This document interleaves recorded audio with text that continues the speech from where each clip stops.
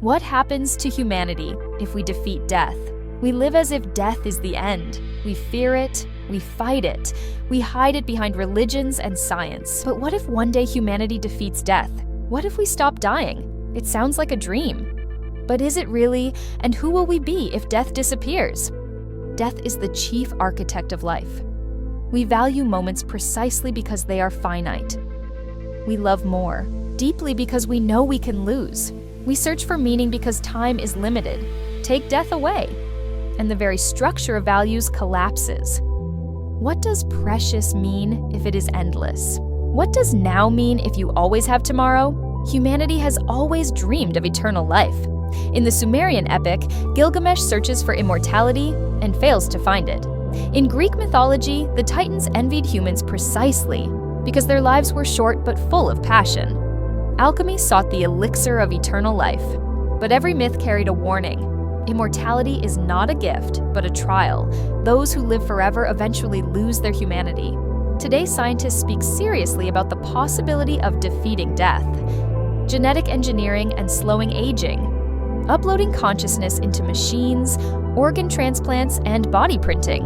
Perhaps the human of the future will change bodies like clothes, or live entirely in digital reality. But will that still be a human, or something else entirely, without death?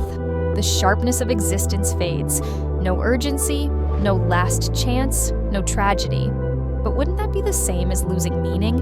Eternity without fear and pain is not paradise, but a prison of endless repetition. Maybe it is death that makes us human. Maybe it is death that turns mere existence into life. Imagine a room in which you are locked forever. At first, you rejoice. You have everything. Then comes boredom, then emptiness. And you begin to dream not of immortality, but of an end. If one day humanity defeats death, we will cease to be who we always were. We will become eternal. But will we still be human?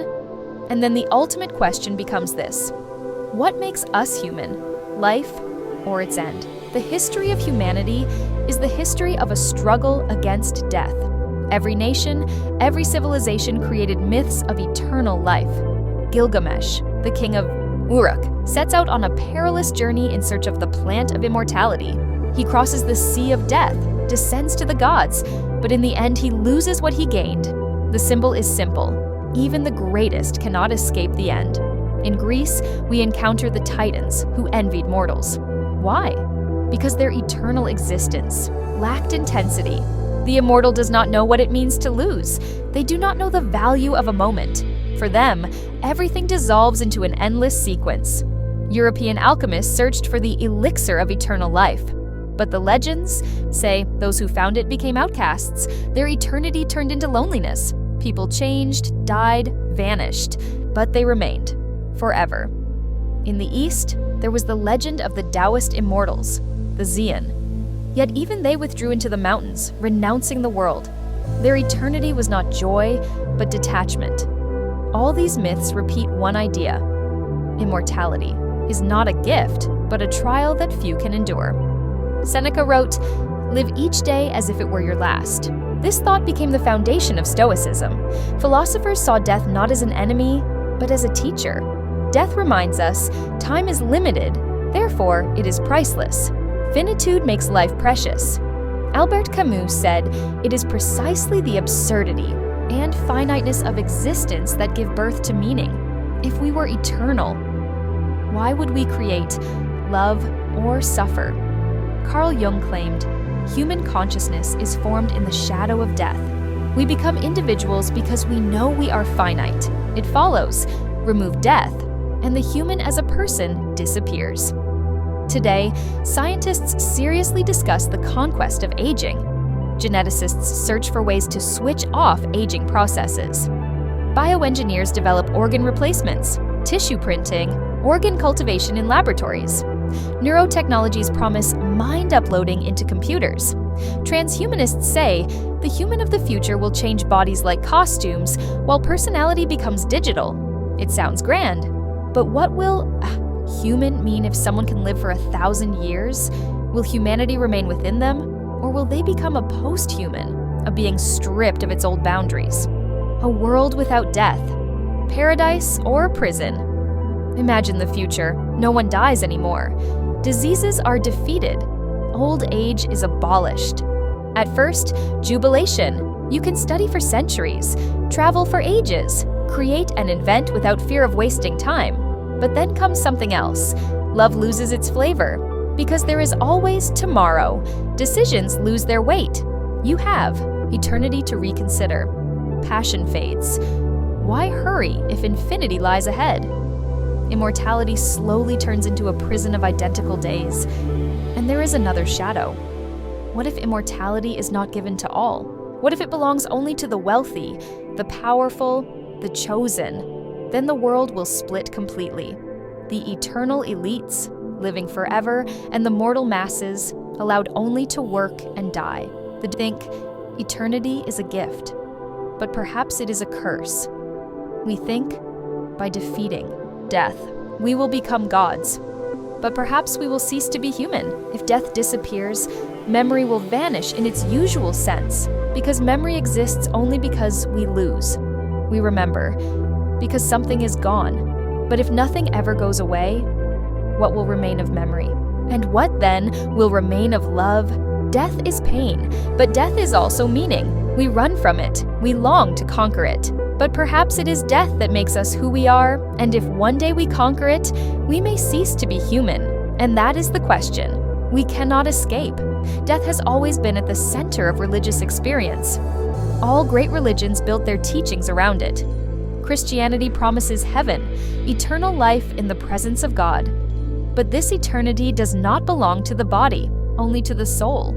Heaven is not a continuation of earthly life, but its transformation. Buddhism teaches that life is the wheel of samsara, birth, death, rebirth. To conquer death means to step out of this cycle, to reach nirvana, a state without suffering or attachments. Islam speaks of Judgment Day, when souls will be rewarded or punished, and life will continue in another form. Even the most ancient peoples believed in a land of the dead, where spirits would go. Everywhere, death is not a finale, but a door. Eternity exists, but not here, not in the flesh. What will happen if humanity creates its own heaven on earth? Not in an afterlife, but in laboratories and servers. Will this be the continuation of religious dreams or their blasphemous distortion? If we create eternity by the hands of science, we will in fact declare we no longer need gods. We are gods. But every religion would ask, are we ready for such responsibility? Now imagine, no one dies anymore. What does crime mean if its victim is immortal? What does war mean if armies know no death? What does punishment mean if eternity lies ahead? Morality, built for centuries, collapses. It was founded on the fragility of life, on the idea that every moment is unique, on the fact that murder is the end of everything.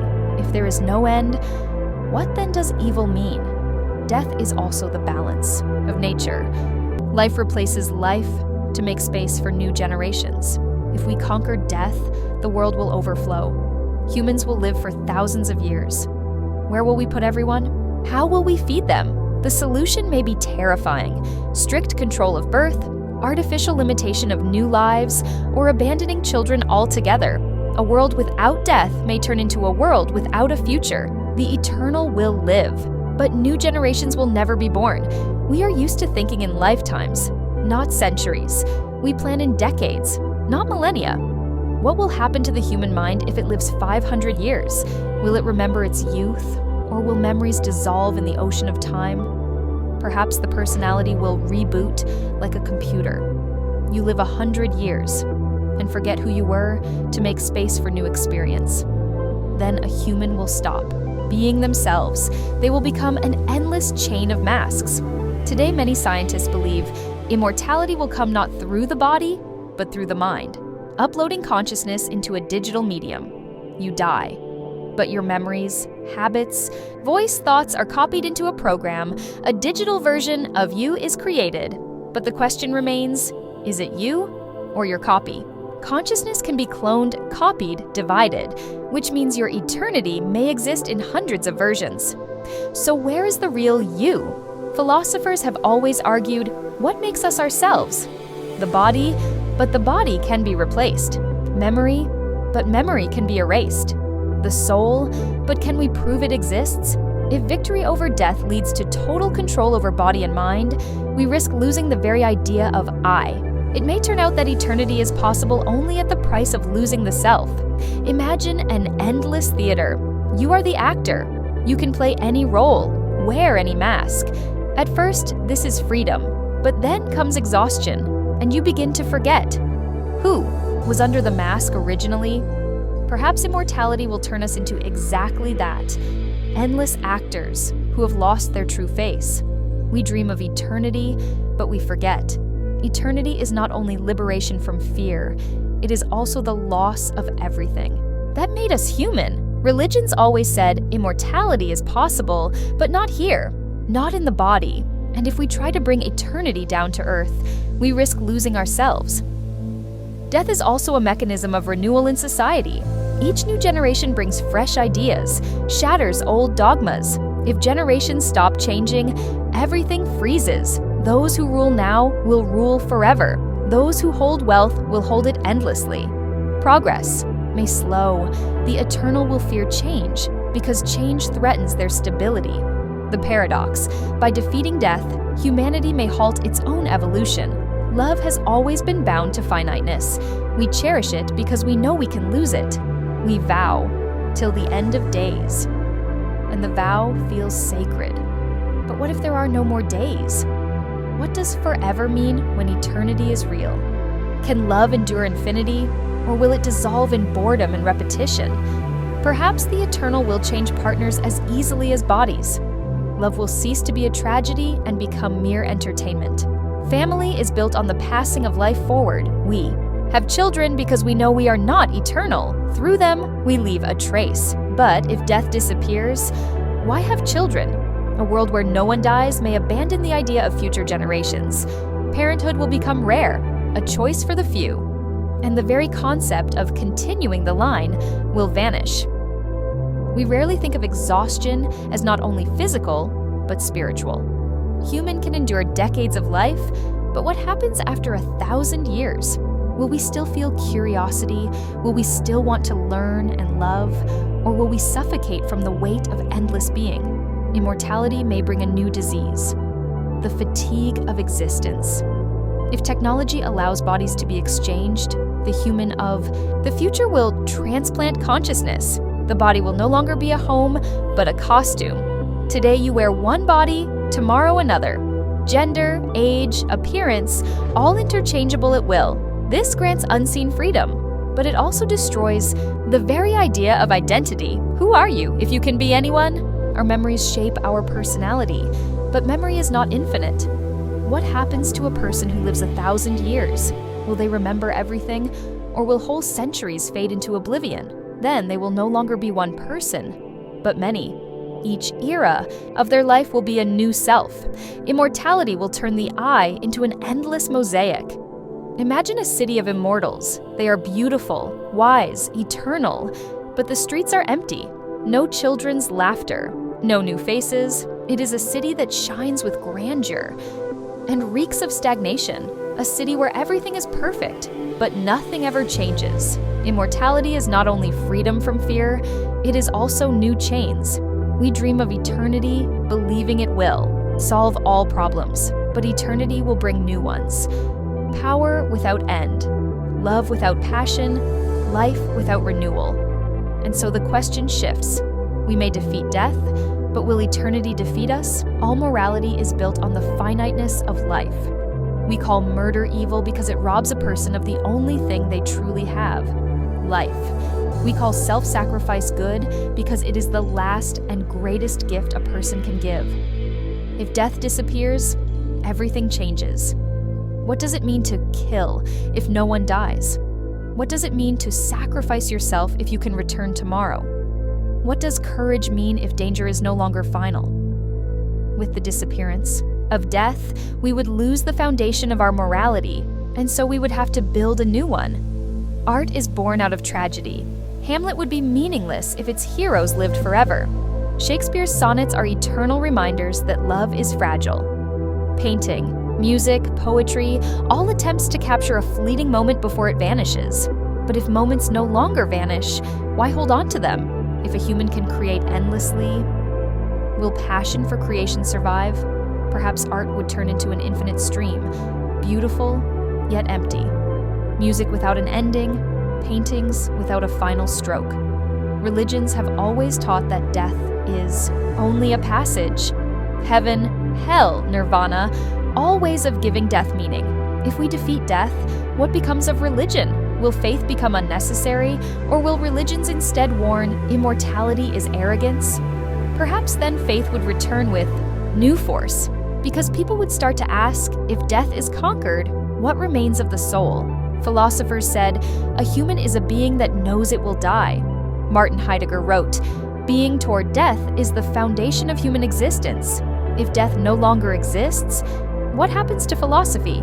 Will it vanish as the search for meaning, or become sharper because we must now explain eternity itself? Science has always moved forward because life is short. Scientists hurried, knowing they had little time. They wanted to leave a mark before it was too late. If death disappears, will there still be urgency for discovery? Or will we drown in endless, sluggish research? Immortal scientists could accumulate knowledge for centuries, but will they dare to risk for breakthroughs? The most important truth: if we conquer death, we will cease to be who we were. Human beings are finite creatures, with fears, hopes, love, and tragedy. By defeating death, we become something else. Post-humans. But the question remains, will post-humans still be human? Or will they be a new form of life, one we no longer recognize? Imagine a fire that burns forever. At first it warms you, then it becomes familiar, and eventually you stop noticing it at all. So it may be with life. Eternity could turn it from a gift into background noise. We think, death is an enemy, we want to defeat it. But perhaps death is not an enemy, but an ally, the one who makes us human. We desire eternity, but eternity may strip us of the most essential thing, meaning. And then, the ultimate question becomes this: what makes us human? Life itself, or its end? The Egyptians were obsessed with death, or rather, with overcoming it. Their entire civilization was built around the idea that death was not an end, but a passage, and a passage had to be prepared for. Pharaohs built pyramids not as tombs, but as machines of eternity. Every stone was a symbol, every chamber, part of the soul's journey into the afterlife. Bodies were embalmed, for Egyptians believed the soul needed a vessel. Their idea was simple: eternity can be constructed, not in the sky, but on earth, by human hands. And in this, they are strikingly similar to modern scientists building laboratories where immortality is engineered. Chinese emperors dreamed of living forever. Taoist alchemists searched for the elixir of immortality, a substance meant to stop aging. The irony is that many emperors died from these elixirs. They drank mercury, lead, poisons, believing them to be the key to eternal life. History shows us the desire for eternity often kills faster than death itself. Medieval Europe gave birth to a strange myth, that of the wandering Jew, a man who insulted Christ on his way to Golgotha and was cursed to wander the earth until the end of time, never dying. For thousands of years, he walks among people. He sees generations born and gone. He witnesses wars, plagues, joys, and the fall of empires. And in the end, he prays not for eternity, but for death. The legend is clear: eternity without end becomes punishment. In the 18th century, Europe buzzed with rumors of Count Cagliostro, a mystic, adventurer, alchemist. People whispered he never aged, that he knew the secret of immortality. Cagliostro became a symbol. Humanity always believes that somewhere nearby lives the one who solved the riddle. But if you look closer at the stories, the immortals in legends are never happy. In Taoist mythology, there are the Xian, immortal sages. They retreated into the mountains, lived on dew, meditated, and attained eternity. But in doing so, they lost their bond with humanity. The message was clear: immortality demands the loss of humanness. You cannot be eternal and remain among mortals at the same time. And even today, there are those who claim the immortals. are already among us, hidden, living through centuries, watching. But if these stories are true, they are always alone. They do not build families. They do not form friendships. Their eternity is an eternal exile. All myths and legends, from Egypt to China, from the Maya to alchemists, tell us one truth. Immortality is not happiness, but a trial. Every time humanity tries to conquer death, it receives the same warning. You may extend life, but you will lose what makes it worth living. Imagine an eternal wanderer. He walks down the road while everything around him changes. Cities rise and fall, people arrive and depart, but he just keeps walking. And the farther he goes, the more he understands. It is not death that makes him lonely, but eternity. History teaches us this. We have always desired immortality. We have always sought it. And every time the legends have warned, be careful what you wish for, because eternity is not paradise. It is a trial few can endure. Imagine a morning. You wake up and the news all over the world screams, death no longer exists. Scientists have found a way. Diseases are defeated. Organs can be grown.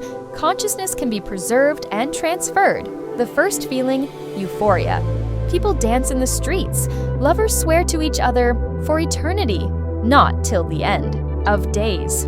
Parents hug their children, thinking, now I will never lose you. But time passes, and euphoria turns into questions. Imagine a city of the future where no one dies. The streets are clean, shining with glass, skyscrapers of metal and light. People are flawless, faces without wrinkles, bodies without flaws. Eternal youth has become the norm, but something feels wrong. There is no laughter of children, no cries of newborns, no elders sitting by the windows watching life go by. Everything is perfect, and everything is empty. This is a city where eternity has defeated time, and with it has defeated meaning. Imagine a vast hall. Philosophers, scientists, mystics are gathered. At the podium, humanity itself.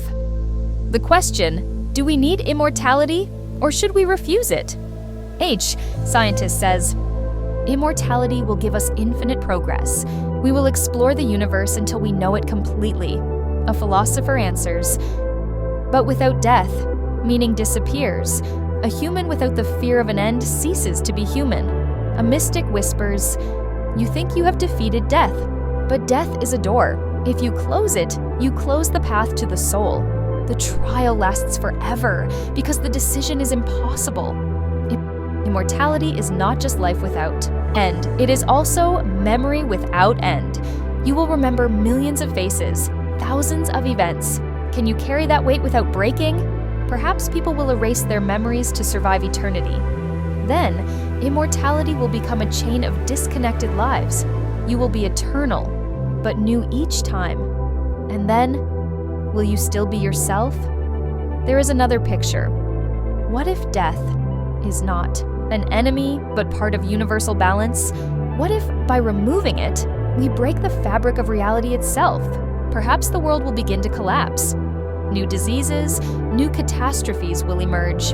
Perhaps the universe itself will demand that death return. The future without death can be imagined in many ways, as a shining city, as an endless trial, as an infinite room, as a life where everything exists, except meaning. We dream of defeating death, but maybe it is death itself that makes us human. If one day we become eternal, will we still have life, or only existence?